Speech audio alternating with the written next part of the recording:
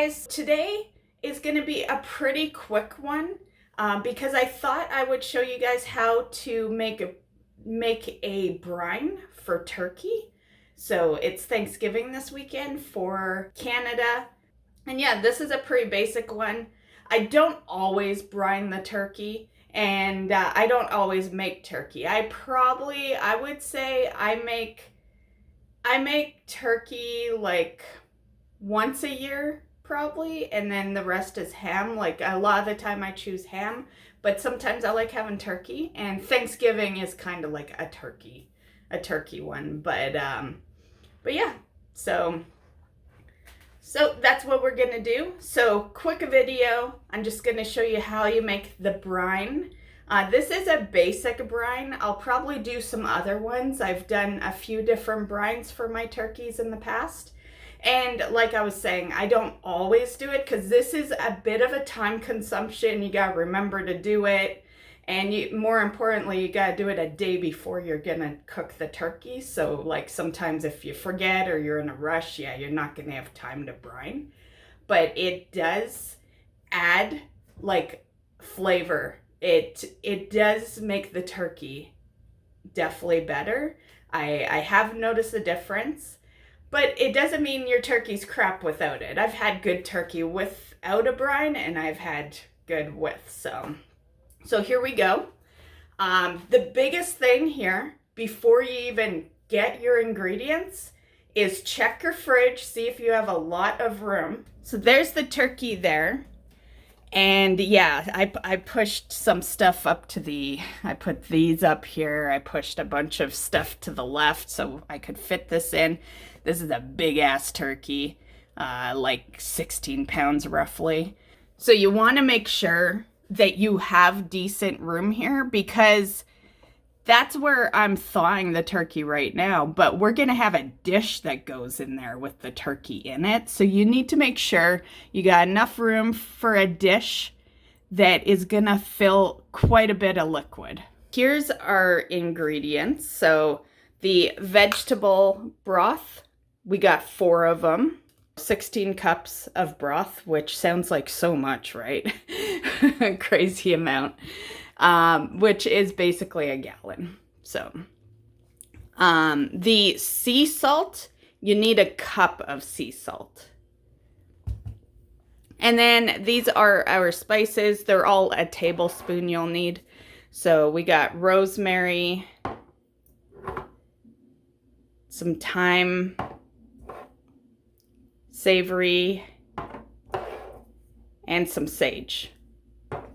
Okay, so now we're just gonna grab them all and pour them all in the pot. So you can see why you need a big pot, because it's a lot to fill. Now we have the salt. And I can't remember if I specified the sea salt, but yes, it needs to be sea salt. Okay, so now you just pour the salt into the liquid. Rosemary, there's a tablespoon of that. Next is the sage leaves, and a tablespoon of that. Tend to forget how it actually comes out. It doesn't look great, right? But there we go. And then next is the thyme, and a tablespoon of that. And then the last one is the savory, and a tablespoon of that. And that was just their freshener going off as I was saying that. So I'm just gonna grab a whisk. You can grab anything, but you know, it's just liquid. So I'm just gonna stir it up now. And you could turn on your stove. I like to mix everything first, like get everything in the pot.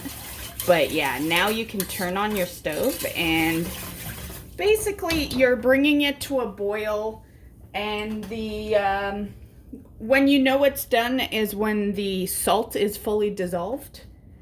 Okay guys, so you can see we are boiling. And it took a hot minute because it is a big ass stock pot. So keep that in mind, that since you are using a bigger pot here, it will take a little longer. But you can see that, you know, we're not just seeing seasoning at the top. Well, we do still see it, but not as much. And the salt is dissolved, which is, yeah, it's not like you gotta check to see if the salt's dissolved. Just bring it to a boil. When it's at a boil, you know the salt's dissolved. Yeah, like at that point, it's been on the element long enough, and yeah. So that's really all you need to know there. So now what you can do is turn off the heat, and I apologize for noise. The neighbor has the ladder going. But yeah, turn off the heat now and just let it cool for a bit, and then we have one more step we'll do after that. And also, if you're using a pot like this, grab some mitts because these handles are gonna be hot.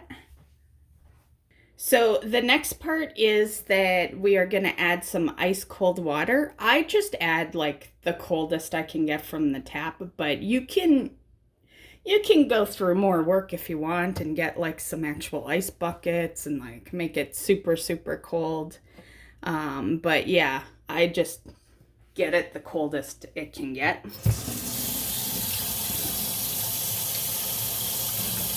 Oh, and it's the same amount as the broth, so this is going to make the pot full at this point. So 16 cups, yeah. And here's 16. Okay. So that is the broth, and you might ask yourself the same thing I've always asked, and that is, do we really need this much fucking brine for a turkey? I have always asked that. I've always considered doing like half. But because I always get a big turkey, and yeah, I just always, you know, whenever I do brine, because a lot of the time I won't. I brine probably, I don't know, I'd say 40% of the time that I do a turkey. So yeah, and it's always seemed like a lot to me. Yeah. So this should have cooled it down. I'll put my finger in. Yeah, it's hot, but nothing major. Okay, guys, so that is it for this video. So as far as storing it, I would suggest a 5-gallon bucket for storing. Again, depends on how much room you have in your fridge. You might have to take a rack out, or maybe get something not as tall, maybe a little wider, I guess. Whatever fits your fridge. And but I highly suggest the 5-gallon. First, you know, I've done this with like a roasting pan in the past, and it don't work. Yeah, it did the trick, I guess, but it won't fully get your turkey covered. You'll have like half a turkey, and then you'll have to flip. But I've made it work with a roasting pan, I guess. I just flip it halfway through. So yeah, there's that. As far as how long should you have it brining in the fridge, basically the way to detect the time frame here is by how many pounds your turkey is. So it's an hour per pound of turkey. So if you're cooking up, if you're going to cook up, say, a 12-pound turkey, then you're looking at a 12-hour brine. And then also, one thing to keep in mind is to definitely wipe it down when you take it out to get ready to cook it. And definitely disinfect anything that the brine has been touching. Another thing worth mentioning is to make sure it is a thawed turkey. Don't brine a frozen turkey. Like, I'm pretty sure you probably could brine a frozen turkey, but you would have to brine for so much longer.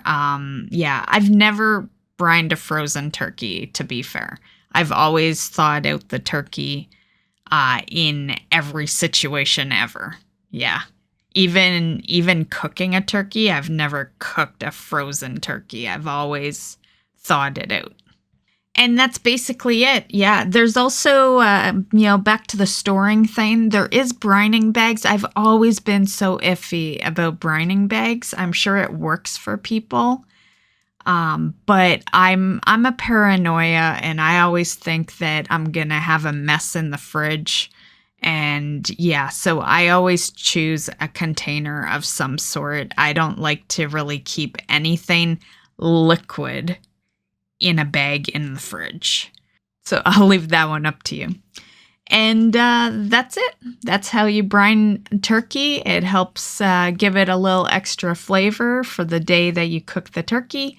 And I hope you enjoyed this video. Happy Thanksgiving, and we'll catch you in the next one. Bye, guys.